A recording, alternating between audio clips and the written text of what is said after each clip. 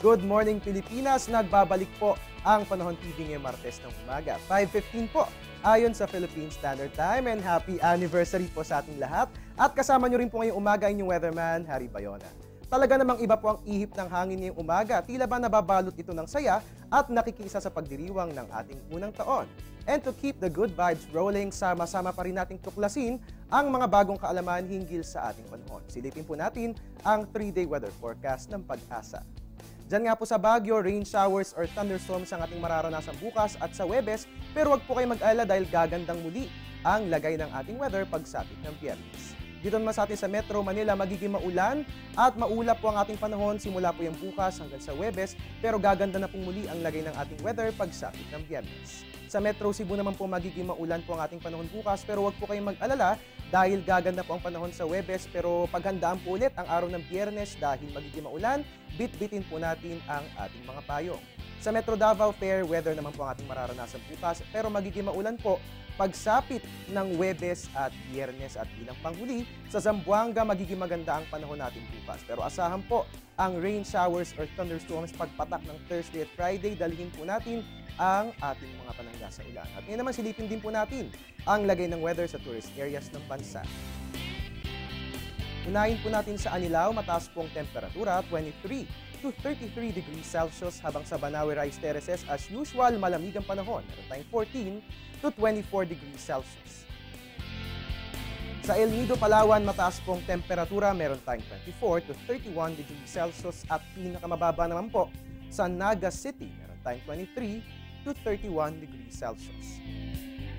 At mga kababayan, patuloy niyo po kaming samahan dahil mamaya ay magbabalik si weather lover Amor La Rosa. Pero bago yan, ngayon nga mga kababayan, tayo muling mag-trip down the memory lane. Sa loob na isang taon, napakatamis ng naging pagsasama natin dahil bukod sa pagbibigay ng ulat panahon, marami rin tayong itinampok ng mga kwento ng buhay na siyang nagsilbing inspirasyon sa ating mga kababayan.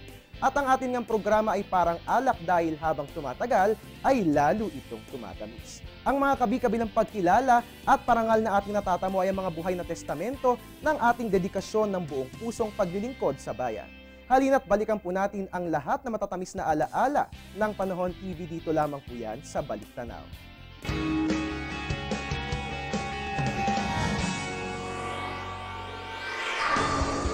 Isang taon na mula nang unang umere ang Panahon TV upang magbigay impormasyon sa lagay ng panahon.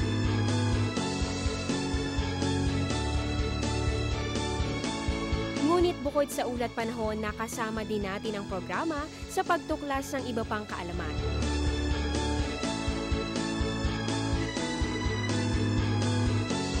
Nakapasyal tayo sa mundo ng siyensya noong Nobyembre at dito natuklasan natin ang iba't ibang hiwaga, likha ng siyensya at kasaysayan.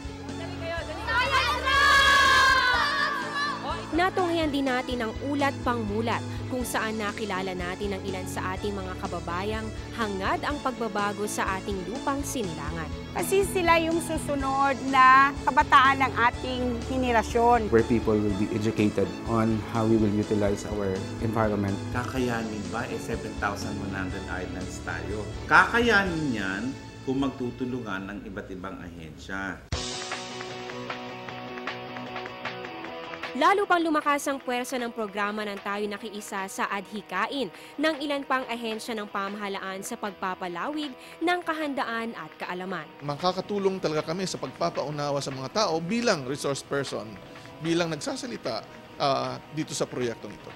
At kung mabibigyan natin ng tamang awareness at edukasyon ang ating mga kababayan, makapag-prepare sila o makapaghahanda para sila ay hindi maging biktima ng ganitong mga hazards. Itinururo sa aming mga mag-aaral kung paano magbigay ng information regarding weather conditions sa kanilang paaralan.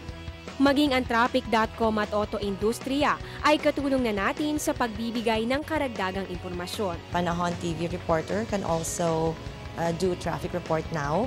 On radio, we can also do weather reports. Panahon TV will provide us with more detailed weather information. We're going to provide Panahon TV with the latest automotive news and helpful car-related features for the motoring viewers of Panahon TV. At ang Philippine Star naman, katuwang na rin natin sa pamamahayag ng ulat panahon. Magiging maulap at maulan din po ang ating panahon bukas. Magpapatuloy po ang ganitong weather. Ronnie De Clavier o Panahon TV. Panahon TV! Dahil sa patuloy na serbisyo ng programa sa ating bayan, kinilala tayo ng Pag-asa at DOST bilang isang institusyong may natatanging adhikain sa larangan ng telebisyon at pamamahayag.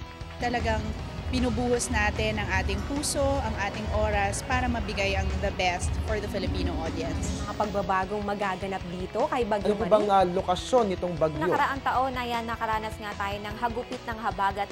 Asahan niyong araw-araw pa rin namin kayong sasamahan dahil sa Panahon TV, walang pinipiling panahon ang pagbibigay impormasyon.